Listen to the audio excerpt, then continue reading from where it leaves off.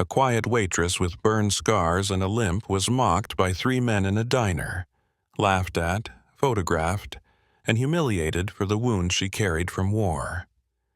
The entire room stayed silent until the next morning. Just before dawn, the sound of boots filled the parking lot. Dozens of Marines, past and present, lined up in the rain, not for breakfast, but for her. What followed was a moment the town would never forget. If you believe every veteran deserves respect, type "respect" in the comments. The keys jingled softly in Nora Ellis's calloused hand as she turned the lock of the Sunrise Grill. The creak of the door opening was familiar, almost comforting.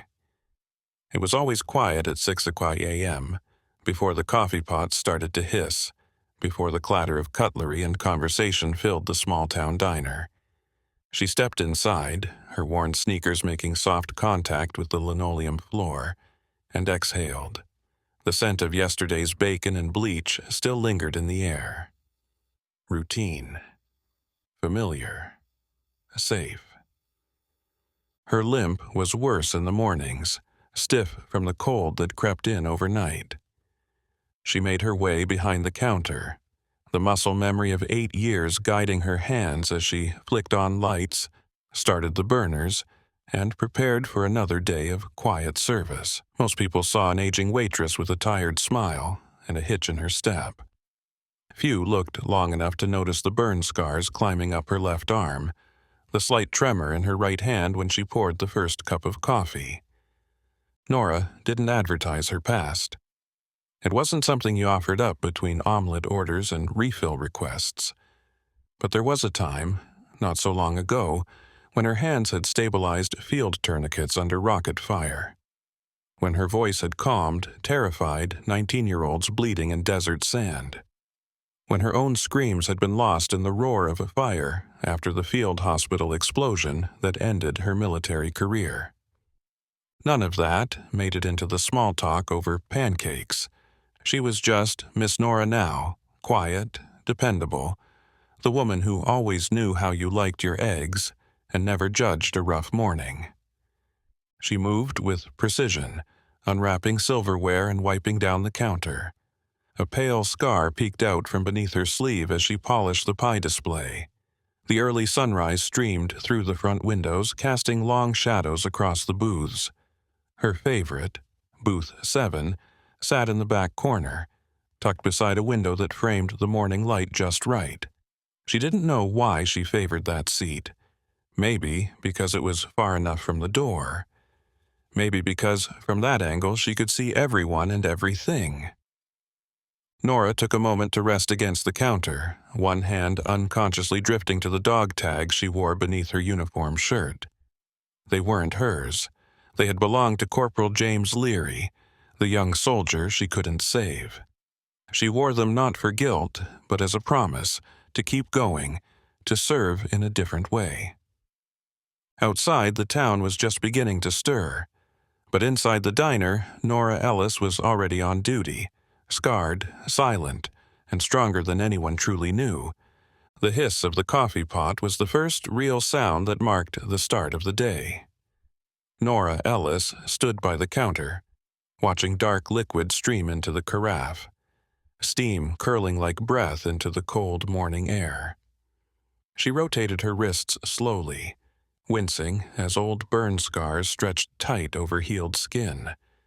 The left hand, once so precise under pressure, now trembled slightly if she wasn't careful. It had taken months to train herself to pour coffee without spilling a drop. She could still change a dressing in a sandstorm, but filling a mug in a quiet Montana diner, that took something else entirely. Her fingers moved gently over the mottled skin. The burns were a roadmap. Tracing the moment, everything changed. 1 minute she'd been applying pressure to a chest wound, shouting vitals to a nearby corpsman. The next, heat, screaming, smoke so thick it felt like drowning upright. The explosion had ripped through the tent like judgment, and the fire that followed burned more than just her hands. It burned time. It burned trust. It burned the last of her belief that doing everything right meant things would turn out okay. She never talked about the silver star. It was in a drawer at home, tucked beneath a stack of bills and an unopened letter from the VA. The medal meant nothing in the diner. No one asked about it, and she didn't offer. Heroism was easier to digest when it came in clean stories and straight-backed parades, not when it came limping through a kitchen door at 5:45 every morning, scars peeking from under sleeves, eyes that sometimes stared too long at nothing. Nora reached for the first batch of mugs, steam fogging her glasses slightly as she lined them up like soldiers. There was peace in the ritual. The same hands that had once held shattered bones and blood-soaked gauze now wrapped gently around ceramic and sugar packets.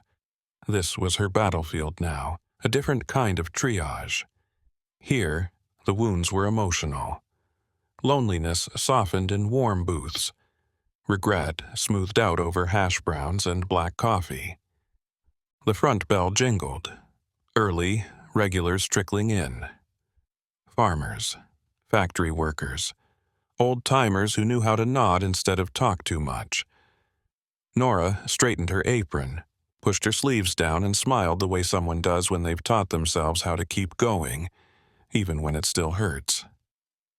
She didn't need medals here, just purpose, and today, like every day, she'd serve it by the cup. The door swung open just before 7 o'clock, the kind of entrance that made people look up even if they didn't want to. 3 men stepped inside, all swagger and self-importance, their cologne arriving a full second before their voices.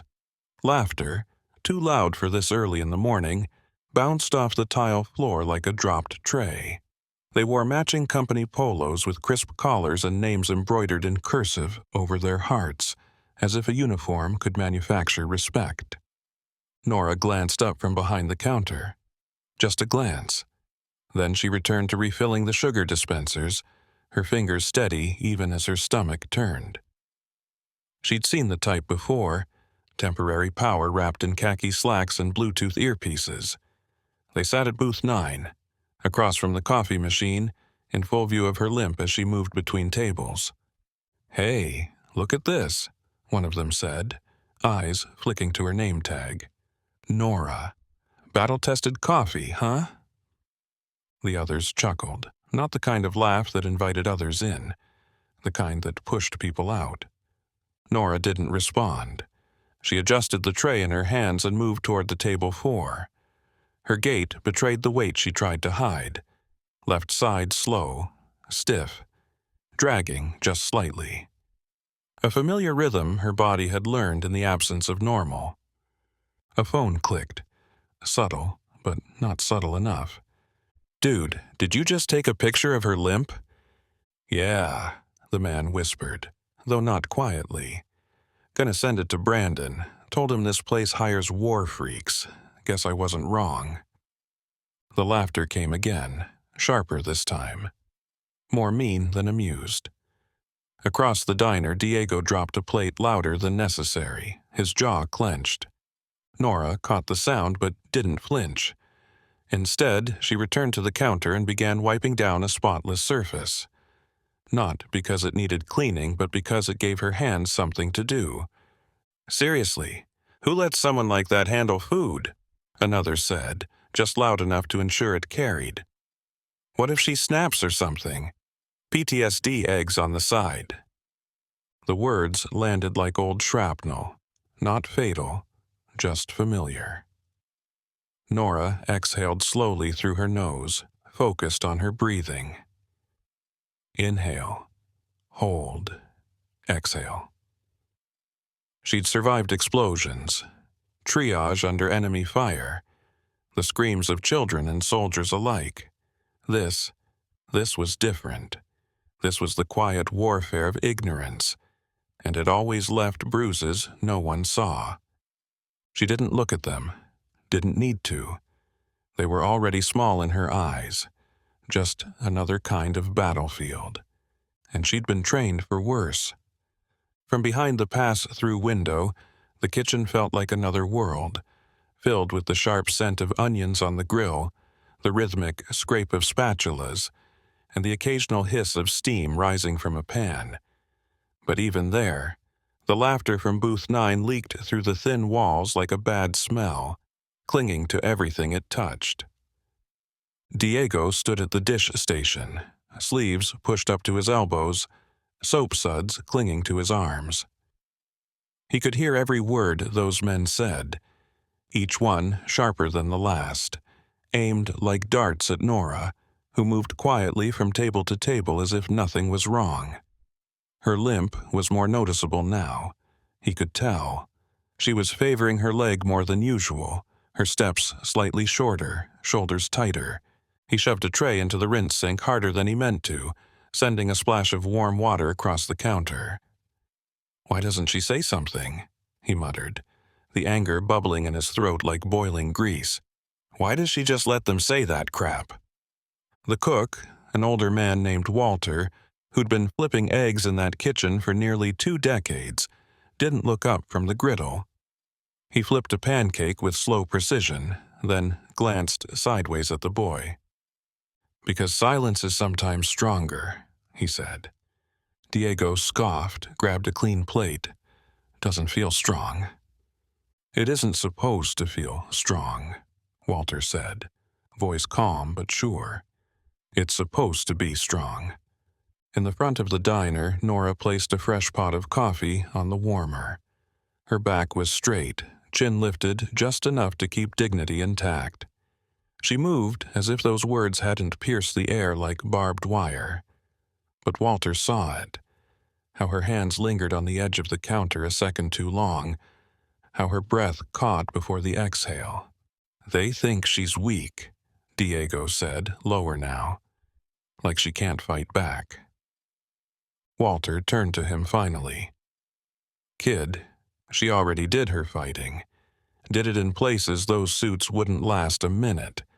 And now she fights different, quieter. But don't mistake quiet for weak." At the front, Nora reached into her pocket, pulling out the order pad with fingers steadier than the moment deserved. Her eyes scanned the room, not landing on anyone. Not yet.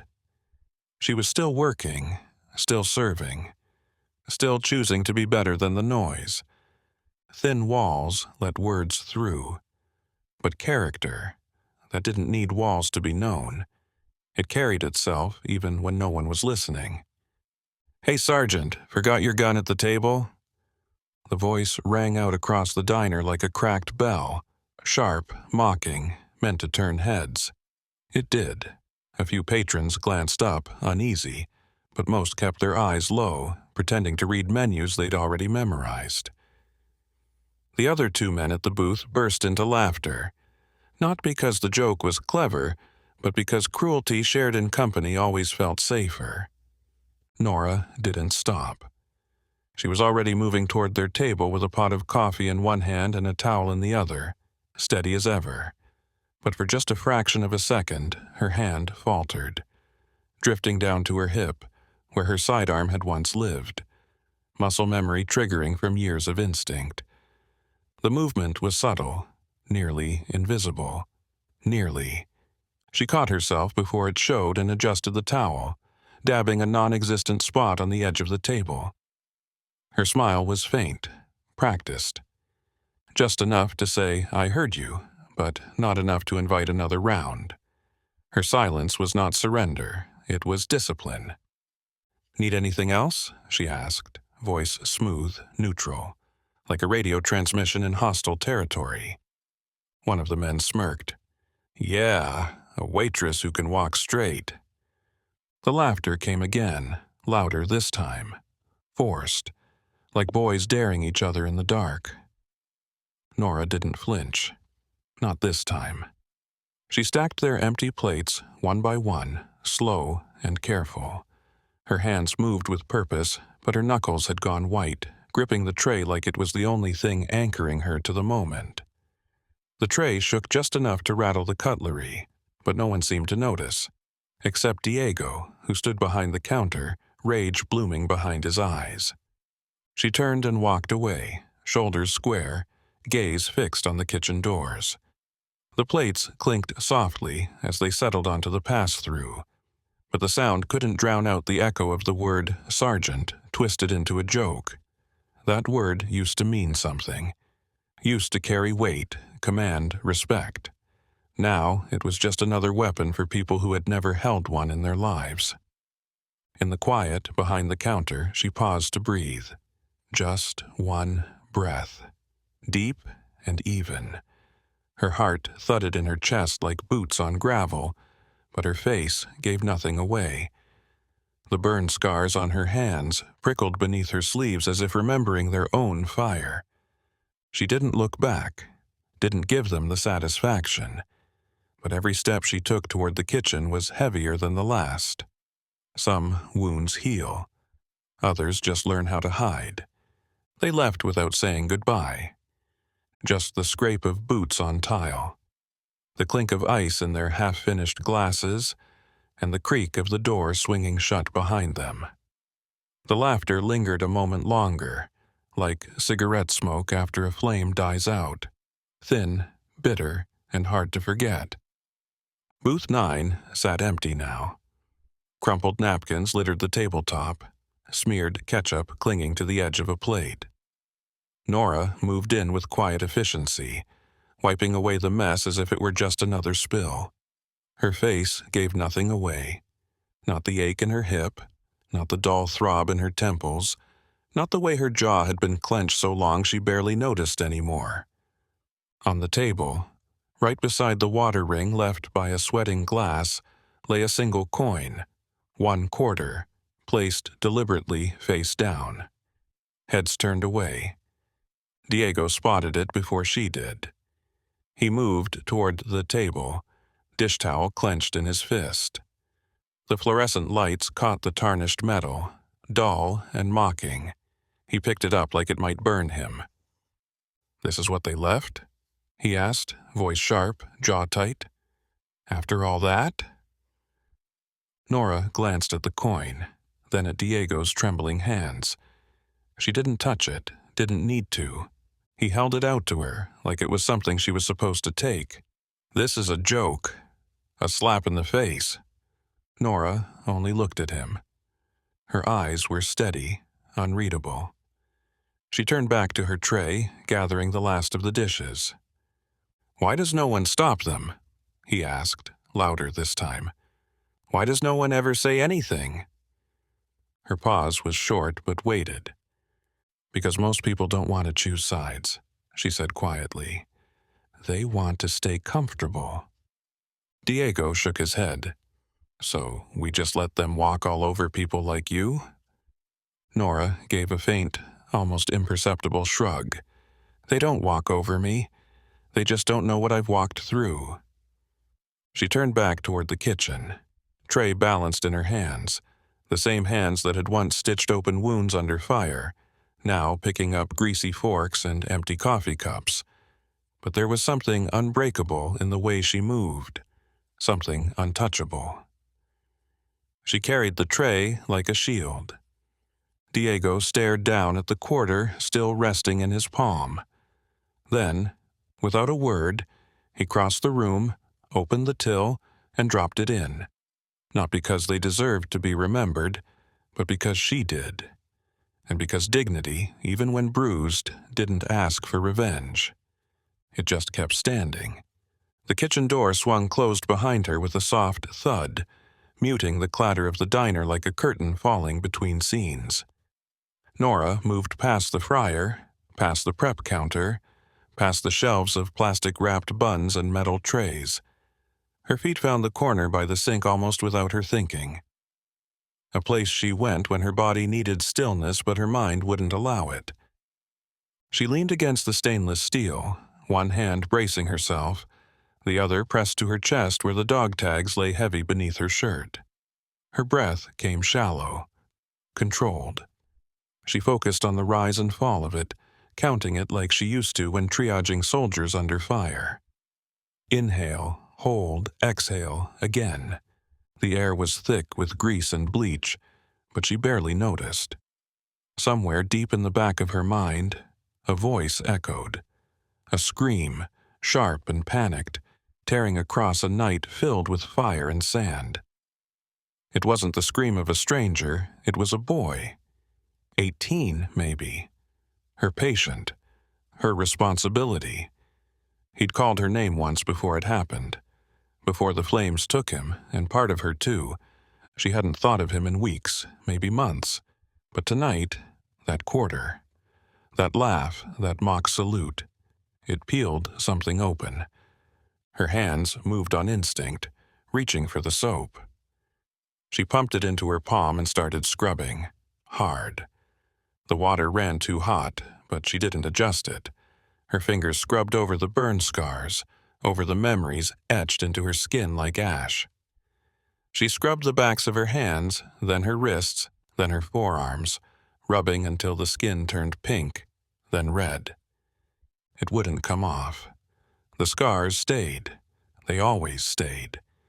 She paused, gripping the edge of the sink, shoulders bowed, eyes staring into the drain like it held answers she'd never dared ask. No tears. Nora Ellis didn't cry. Not in Afghanistan. Not in recovery. Not in courtrooms when doctors told her she'd never serve again. And not now. But her silence was louder than any sob. It filled the kitchen with a pressure that hung in the air like humidity before a storm. She straightened slowly, wiped her hands on a towel, not to dry them, just to feel something real.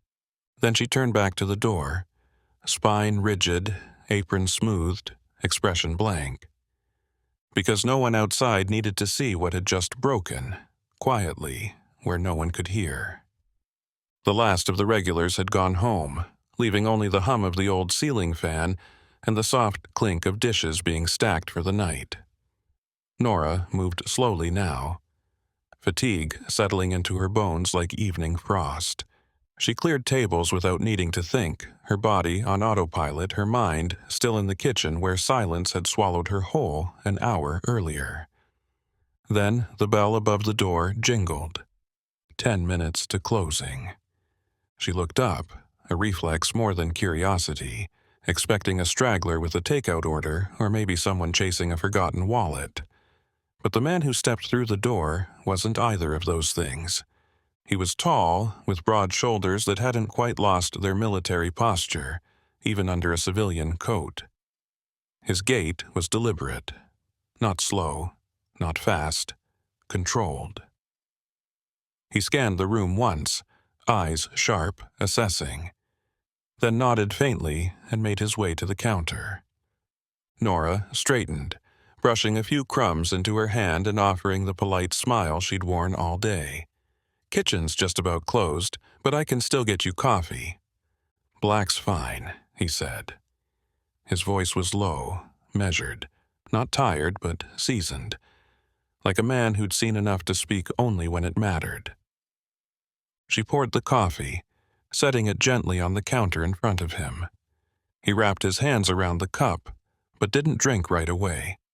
His eyes drifted to her hands, faint red from earlier, still marked by scar tissue that had learned how to endure both heat and memory.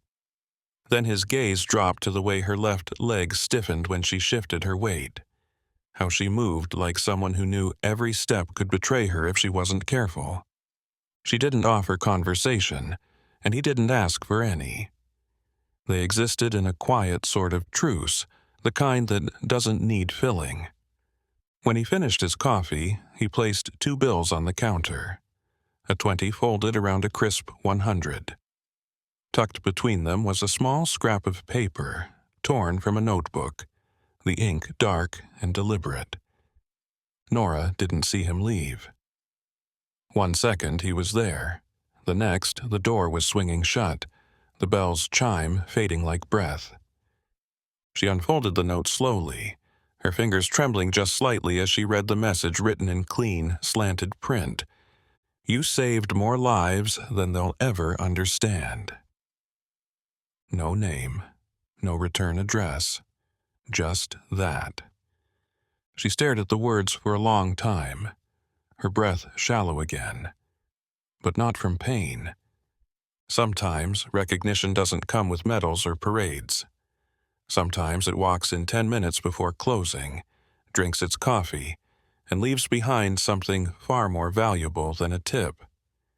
It leaves behind the truth.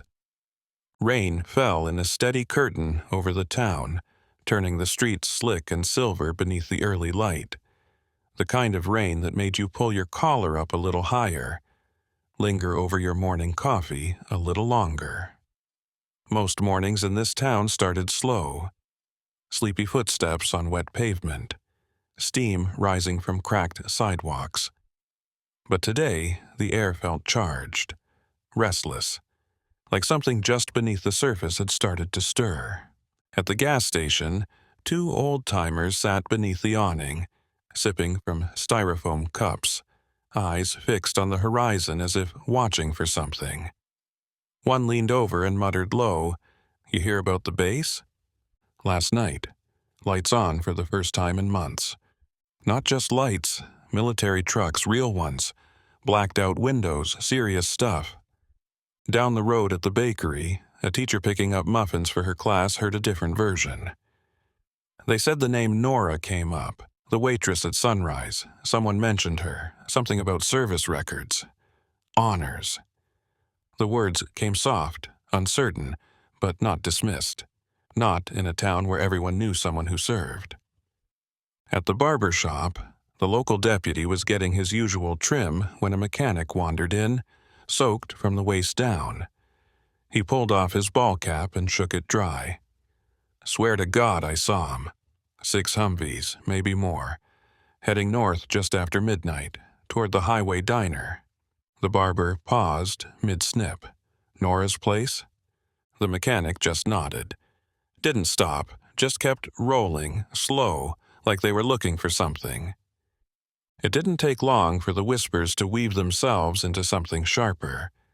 By the time the rain had puddled ankle-deep in the alley behind Sunrise Grill, people had already started talking like they knew more than they did. Rumors in this town had a way of growing legs. Some had truth stitched in. Others were stitched tighter by hope. But this rumor felt different, because people remembered her now, not just as the woman with the limp or the quiet one who never talked about her past. They remembered the scars, the posture, the silence that said she'd seen things too heavy for words. And when that kind of name starts echoing out of an old military base, people listen. No one knew for sure what was coming. But deep in the bones of the town, under the rain and the fog and the hush of early morning, a feeling began to grow.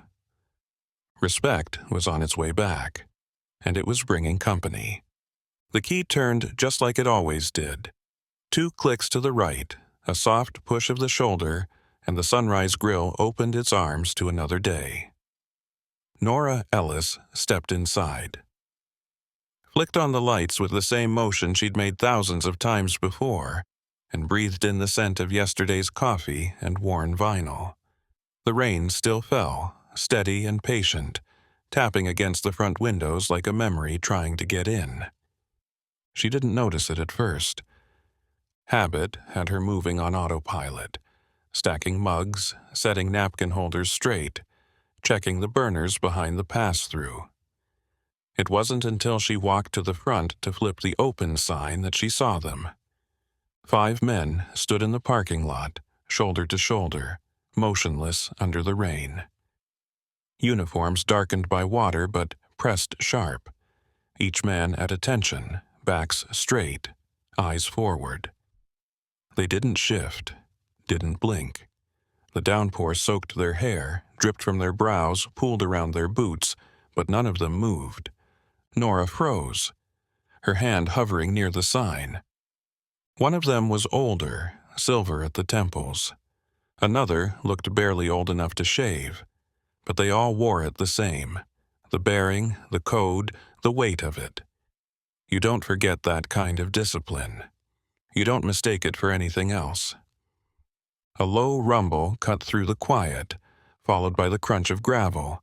A Marine Corps truck rolled into the lot behind the formation, its desert tan side streaked with road grime and rain. Then another pulled in, and then 3 more. Nora stepped back from the window, breath caught somewhere between disbelief and memory. She hadn't called anyone, hadn't told a soul about the note left behind the night before. But someone had. Someone had remembered. The streetlights cast long reflections across the puddles, and in them the figures seemed larger, like something out of a forgotten story finally told right. A few of them glanced towards the diner, not scanning, not searching, waiting for something unspoken. A signal. Nora's hand found her chest, brushing the dog tags beneath her shirt like a tether to the past. Her fingers trembled just once. She didn't speak, she didn't wave, she didn't need to. Out there, in the rain, the core had shown up. Quiet, ready, present. And everything she thought the world had forgotten stood there in formation, waiting for her to open the door. The bell above the door hadn't rung yet, but the presence pressing against the glass was louder than any chime. Rain streaked down the windows in steady lines, blurring the world outside into shapes and shadows, until one figure broke from the group and stepped forward. His movements were exact, deliberate. Even soaked to the bone, the man held himself like the rain didn't dare question his authority. Nora stood just behind the counter, wiping already clean silverware with a towel that now sat forgotten in her hands. She watched as the Marine came closer. His cover tucked under one arm, soaked uniform clinging to a body molded by command, he stopped just outside the door and waited. Not a knock, not a wave, just stillness, rigid and respectful. Then, slowly, deliberately, she walked to the entrance and opened the door. "Ma'am," he said, his voice clear despite the downpour. "Captain Elijah Morgan, 2nd Battalion, 7th Marines, permission to enter the premises and pay our respects." Nora blinked, caught somewhere between disbelief and muscle memory. She hadn't been called ma'am in years, not like this. Not by someone in uniform, eyes forward, words weighed with reverence. "Respects?" she asked, her voice low, cautious. "Respect for what?" The captain's gaze held steady. No smirk, no pity, just truth. "For you, Staff Sergeant.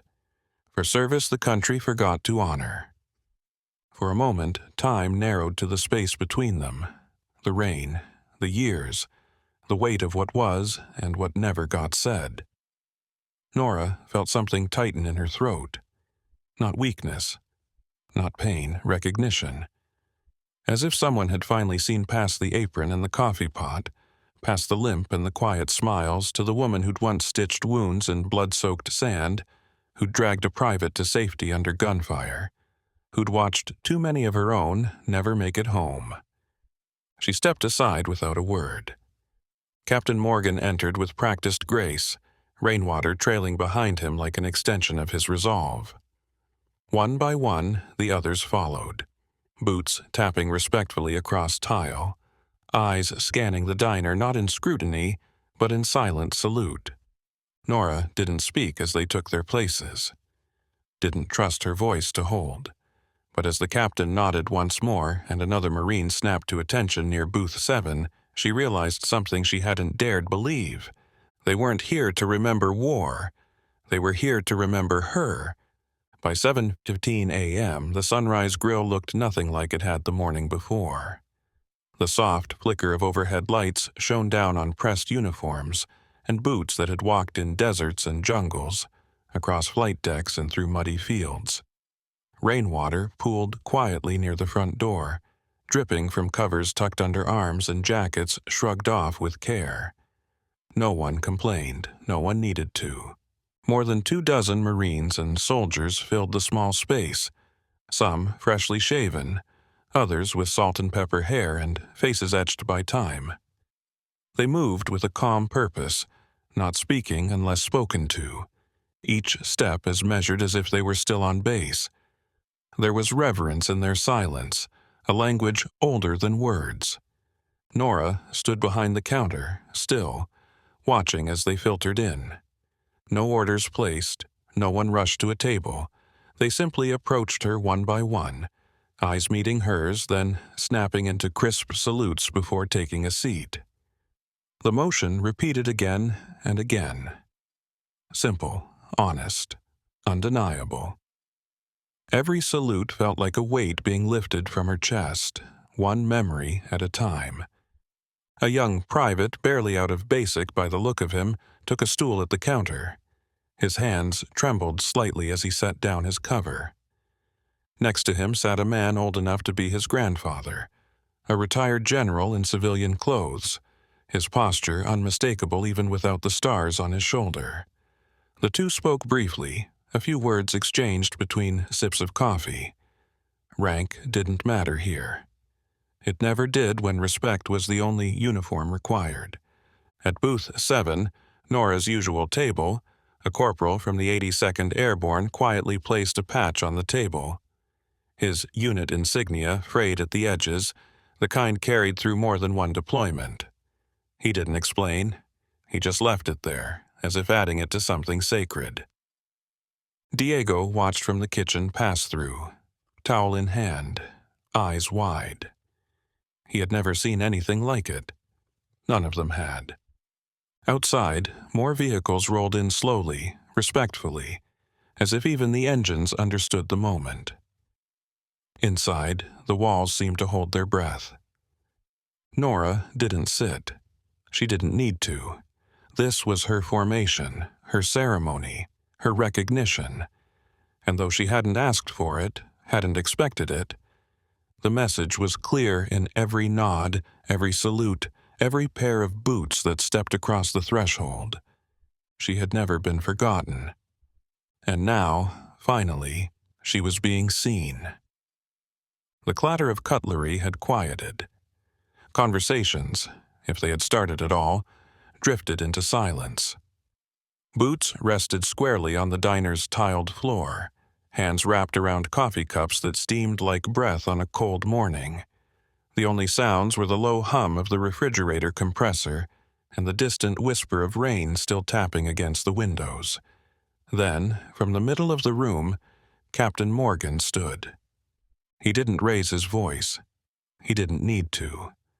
Authority lived in his posture, in the cadence of his speech, in the decades of discipline stitched invisibly into his spine.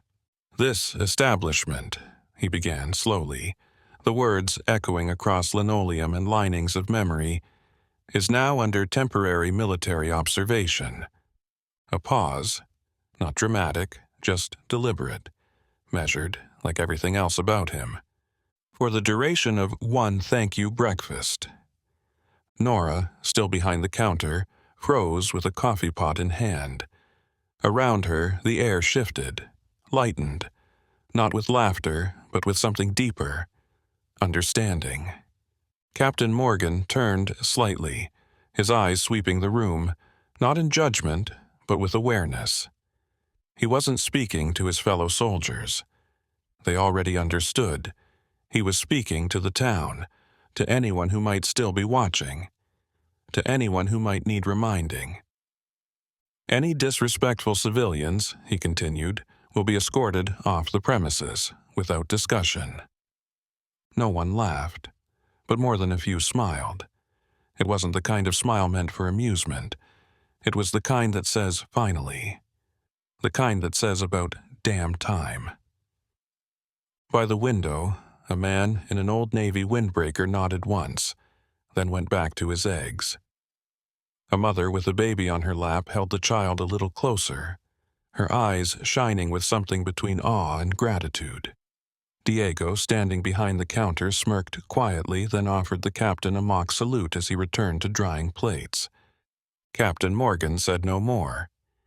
He didn't need to. He sat down beside a staff sergeant with a prosthetic hand, who simply nodded once in silent acknowledgement. The diner didn't erupt in applause. There was no grand display, just a steady, growing sense that something had shifted, that the line had been drawn, and it stood, not in anger, but in honor. This was no longer just a roadside diner. It was, for one morning at least, a forward operating base of dignity. And its standing orders were clear. The photo had been there for years, tucked into the back corner of Nora's locker, between a faded pay stub and a wrinkled napkin with a quote she never explained. Diego had seen it once before, back when he'd first started at the diner, and the old locker door swung open while she was putting on her apron. She had closed it quickly, but not before he caught a glimpse of the image, burned into his mind like the after-image of light. She was kneeling in the dust, one knee planted firm in the sand, the other bracing a small Afghan boy cradled against her chest. Her uniform was smeared with blood and dirt, her face streaked with soot.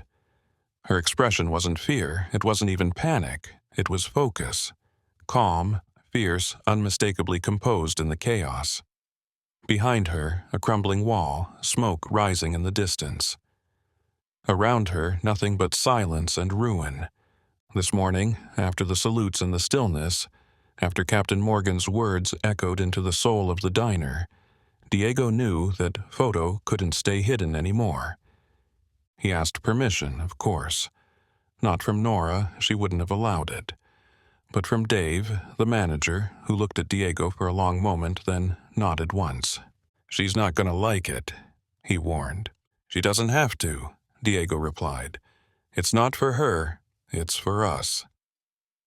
He handled the photo like a sacred thing, careful not to smudge it, not to let the cracked corner tear further.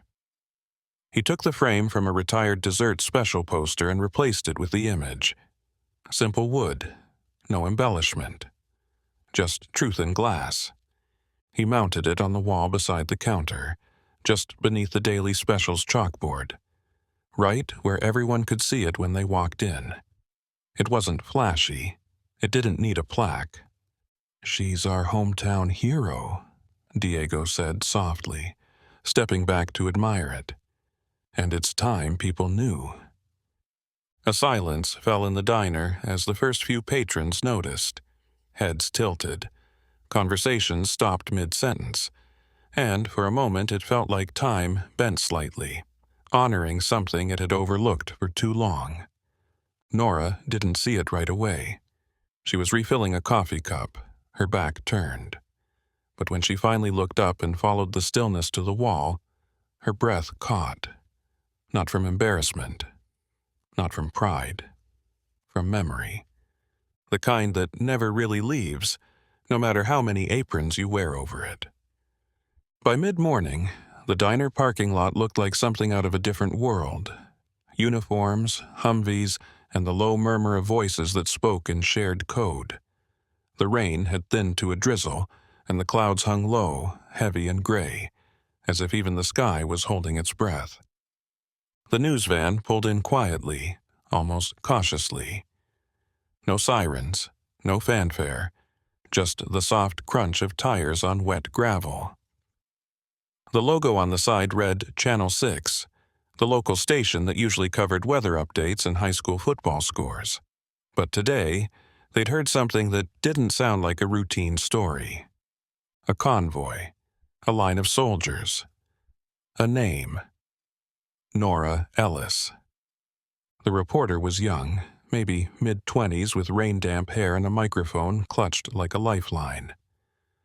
She stepped out and took one look at the scene, her practiced poise faltering slightly as she realized this wasn't just a feel-good clip for the noon broadcast. Something weightier hung in the air, something real. She approached the front of the diner, but before she could knock or step through the door, she was met by Captain Morgan himself, who nodded once, then held the door open for her. Inside, the camera began to roll. Not staged, not rehearsed, just truth unfolding on film. Veterans sat at tables, sharing memories in low voices. One by one, as the camera moved gently from face to face, they spoke of Nora, not the waitress but the medic. The soldier, the woman who never hesitated. A grizzled Navy SEAL, his hands calloused and eyes sharp even in age, sat at the counter with a coffee cup cradled between his palms. When asked if he knew her, he didn't blink. "Knew her?" he said, voice gravel rough. "She's the reason I'm breathing today." He unbuttoned his collar slowly, revealing a thin scar that trailed just below his collarbone. "Took a round in Kandahar, bleeding out fast. No med supplies left.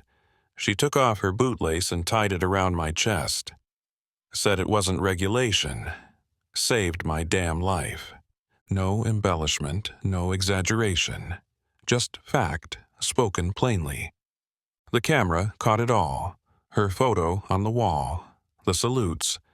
The way every veteran in that room carried himself with a kind of reverence not for an idea, but for a person sitting just a few feet away, trying not to cry."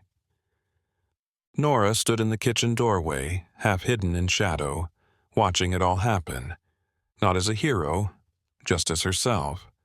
But the world, finally, was seeing her for what she truly was. The coffee in Nora's hands trembled, just a little. Not from weakness, but from the sheer weight of it all, of the eyes on her, of the quiet murmurs rising like prayer from uniformed men and women scattered throughout the diner.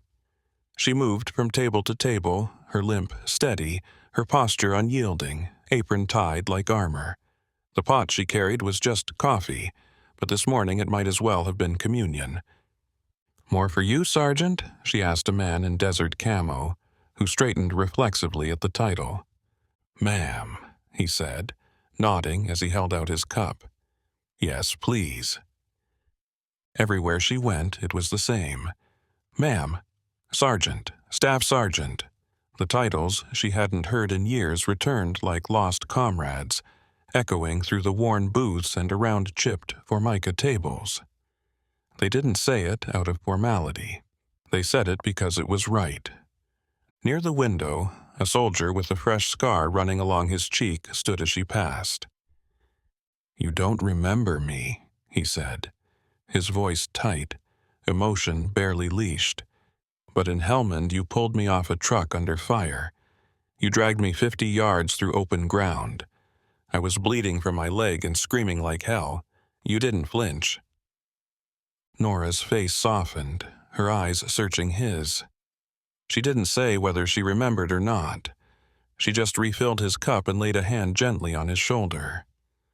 Across the room, another man rose, older, heavier, with a slight shake to his hands. He wore no uniform now, just a weathered jacket and boots with soles nearly gone. "You saved my brother," he said simply. "You stayed when everyone else ran." A young woman at the counter wiped her eyes. "You didn't have to," she whispered, "but you did." Then the diner fell quiet again, the kind of silence that demanded attention. A 4-star general, gray-haired and commanding even in civilian clothes, stood from booth 2 and approached her. Everyone watched. He extended his hand. "I've served under presidents," he said. "Been to Arlington more times than I care to count, but I have never had the honor of shaking the hand of someone who carried more courage in a single moment than some do in a lifetime." Nora hesitated, then took his hand. It was firm, reverent. The kind of handshake exchanged not between ranks, but between warriors. Her voice, when it came, was soft but steady. "Thank you, sir." He smiled. "No, Sergeant, thank you." And the coffee pot in her hand, suddenly lighter, kept on pouring. The bell above the diner door gave a brittle jingle as it swung open again, breaking the lull of quiet conversation and the clink of silverware. Heads turned, eyes narrowed. Forks paused midair. 3 men stood awkwardly in the entrance, dripping from the lingering rain. Their laughter from the day before was absent now, replaced by a cautious silence and faces that had lost their smug ease. The one in the middle, the loudest of the trio from yesterday, glanced around the room, clearly taken aback. The uniforms, the posture, the weight of something sacred that hung in the air like incense. The diner, once a place for greasy eggs and background noise, now felt like hallowed ground, and the men, well-pressed, self-important just 24 hours earlier, suddenly looked very small. Nora didn't speak. She was near the back, pouring coffee for a table of Marines who noticed the newcomers immediately. Her hands stilled, but her face didn't change. Not even a flicker. A sergeant seated near the front stood slowly. Combat ribbons lined his chest, boots planted firm as concrete, jaw set with the calm of someone who'd seen worse men try harder and still fail. He stepped forward until there was barely a breath between him and the one who had laughed the loudest yesterday. The mocker opened his mouth, then closed it again, swallowed hard, then tried. We didn't know," he said, voice thin, almost childlike. "We didn't know who she was." The sergeant didn't raise his voice. He didn't need to. "You didn't want to know," he said, each word sharp and measured like a drill command. "You saw a limp and some scars and thought that made her weak. You disrespected someone who's done more for this country than you ever will." The air tightened. The clatter of dishes ceased completely. A few patrons shifted in their seats, eyes flicking between the confrontation and the woman at the back, who still hadn't said a word.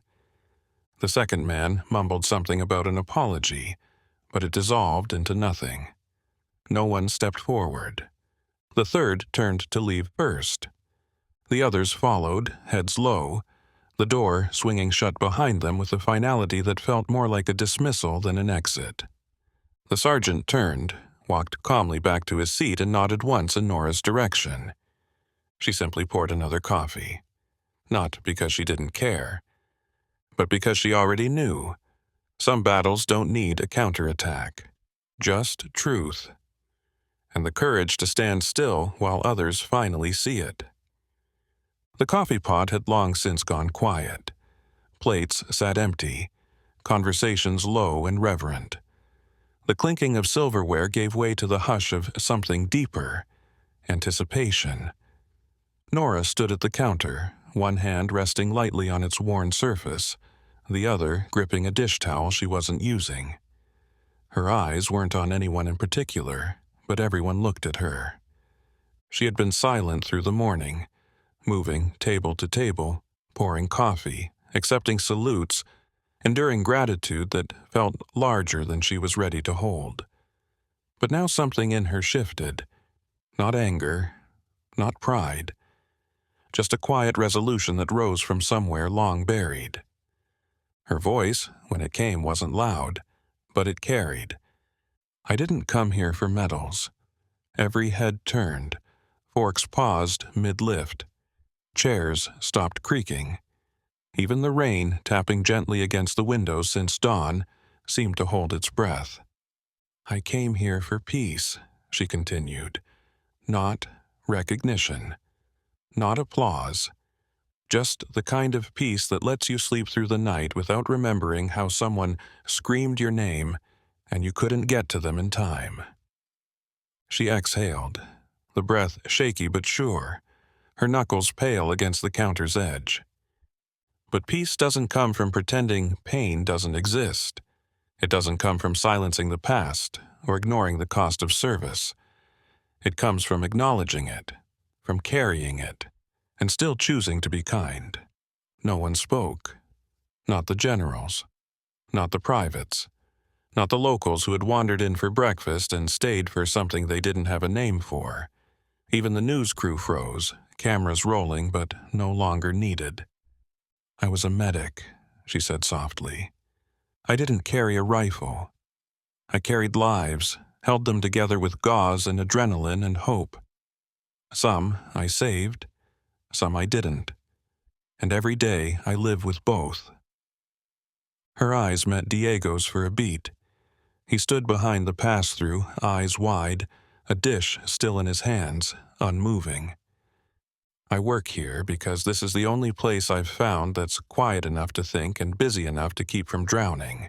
It's not glamorous, but it's mine. And until today, I didn't know anyone even remembered." She set the towel down gently. So thank you for reminding me that service isn't forgotten, even when it feels like you've disappeared. A pause, deep, still. Then, slowly, a single pair of hands began to clap.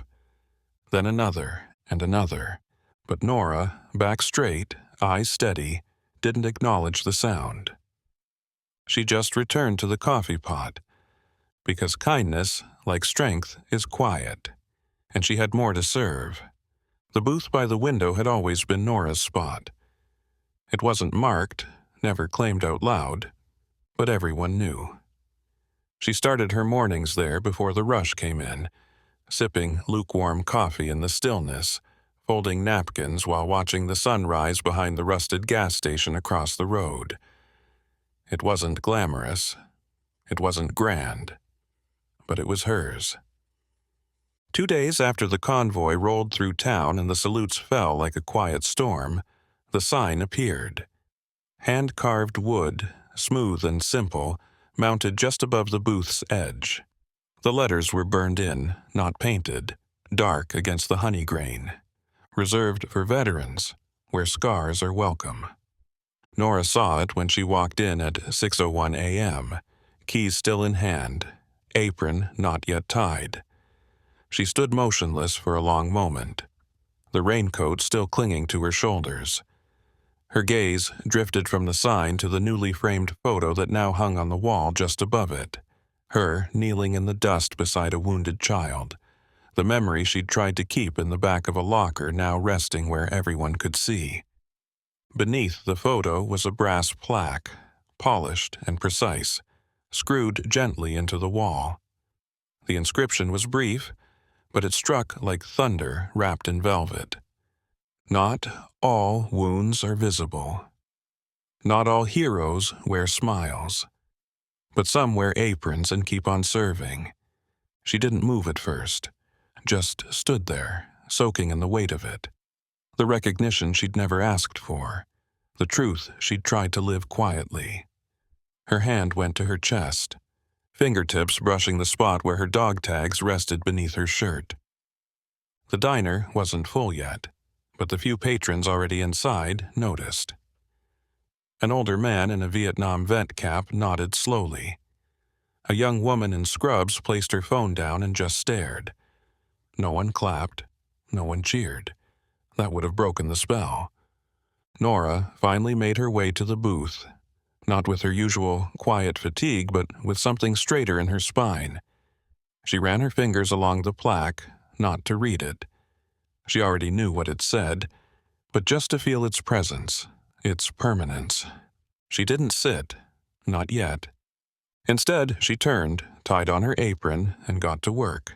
Because honor, she knew, wasn't about standing still in the light. It was about getting back to your post, scarred, seen, and still serving. The first letter arrived in a plain white envelope, addressed only to Sunrise Grill, attention Nora Ellis. The handwriting was shaky, the ink smudged where it had likely met a nervous thumb. Dave brought it to her quietly, holding it like it contained something delicate. Nora didn't open it right away. She wasn't used to being addressed. Not like this. Not with intention. Inside was a folded sheet of lined notebook paper, creased and worn at the edges. The message was simple. A mother from Oklahoma wrote to say her son had just deployed to his first tour overseas. He'd seen the news clip about the diner, about Nora. He'd saved it on his phone and told his mom, "That's the kind of soldier I want to be." After that, the letters came steadily. A handful at first, then more. Postmarked from all over: Alaska, Ramstein, Camp Pendleton, Qatar. Envelopes stamped by dust-covered hands, sealed in hospital rooms, tucked into duffels and mailed in the short windows between assignments.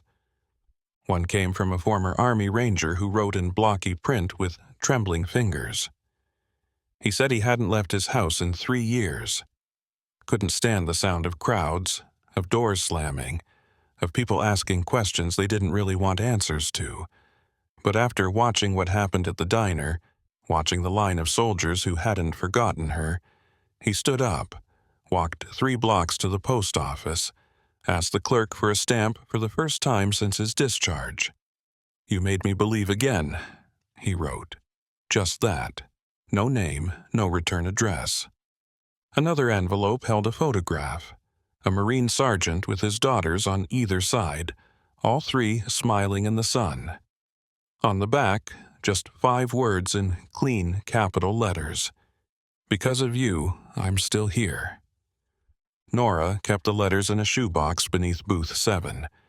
She didn't frame them, didn't display them on the walls. They weren't for the world. They were for the quiet hours after close, when the mop bucket rattled on tile and the lights buzzed faintly overhead. She'd sit there sometimes reading 1 or 2, always gently, as if they might dissolve under too much touch. Each word stitched something back together. Threads she didn't know were still fraying. Not praise, not hero worship, just reminders. That her story hadn't vanished into silence.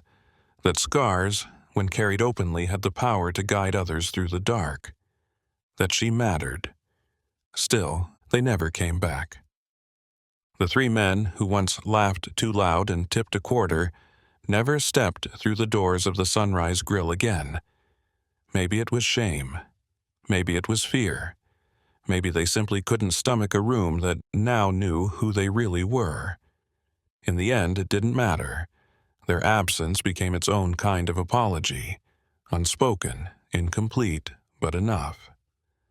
What lingered wasn't the memory of their cruelty. It was what followed. A slow, quiet shift that settled into the town like a late snowfall. Barely noticed at first, but changing everything it touched. The gas station put up a sign. Veterans receive free coffee every day. No ID required.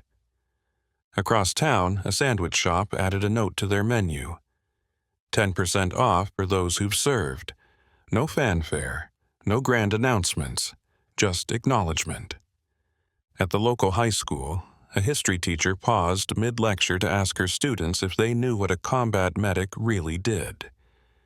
The silence that followed was different than usual. Not bored, not dismissive. Curious. One girl raised her hand and said she'd seen a woman at the diner who walked with a limp and still worked double shifts without complaint. "She looks like someone who's been through stuff," the girl said, "and still shows up anyway." On Veterans Day, the mayor, never a man known for public sentiment, stood at the podium in the courthouse square and spoke with visible effort. "There are some wounds you don't see," he said, glancing at the crowd, "and some strength you don't recognize until it's right in front of you, holding a coffee pot and asking how you take your eggs." People started holding doors longer, letting others merge into traffic without honking. They stopped saying things like, "Was it really that bad over there?" and started asking, "Do you want to talk about it?" The change wasn't seismic, it didn't make headlines, but it was real. It lived in the way children tugged their parents' sleeves when they saw someone in uniform, whispering, "Is that like Miss Nora?" It breathed in the quiet respect of a nod between strangers in the cereal aisle. It echoed in the silence after someone said, "Thank you for your service," and meant it. Mockery faded. But memory, real memory, took root. Not just in the diner, but in the hearts of the people who had once looked away and now looked closer. Nora never asked for any of it. She just kept showing up. And the town finally began to understand the quiet gravity of someone who had seen the worst, survived it, and still chose to serve with grace. The lock still turns at exactly 6 a.m. 2 clicks, a gentle push, and the Sunrise Grill opens its doors to another morning. The ritual hasn't changed. Nora Ellis still walks in first, flicks on the lights, checks the burners, starts the coffee. Her limp is the same, deliberate, steady, unashamed. The soft ache in her leg still reminds her of what she lost.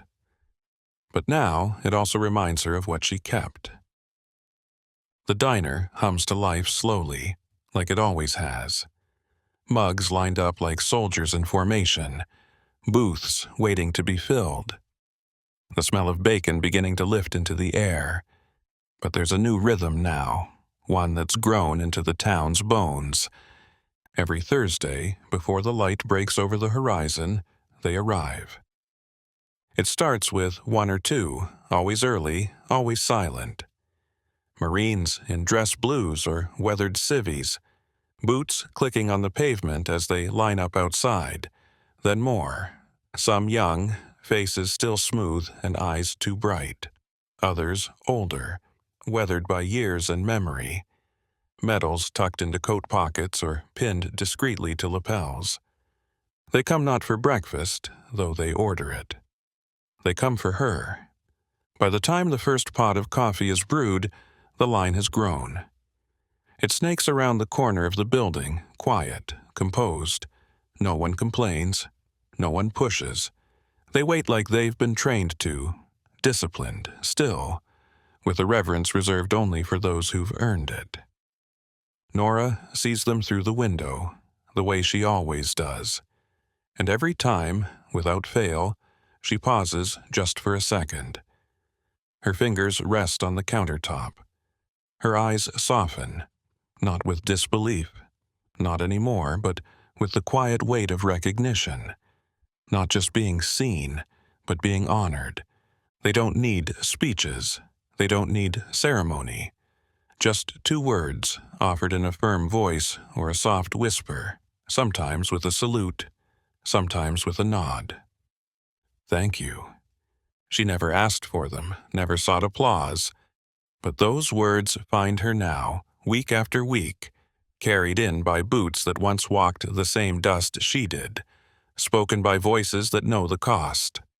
And Nora, still behind the counter, still tying her apron just right, still serving eggs and wiping tables, carries something else now. Not just scars, but something stronger. A truth born quietly, day after day. That honor, once nearly forgotten, had found its way back to her, at 0600, every Thursday, one quiet thank you at a time.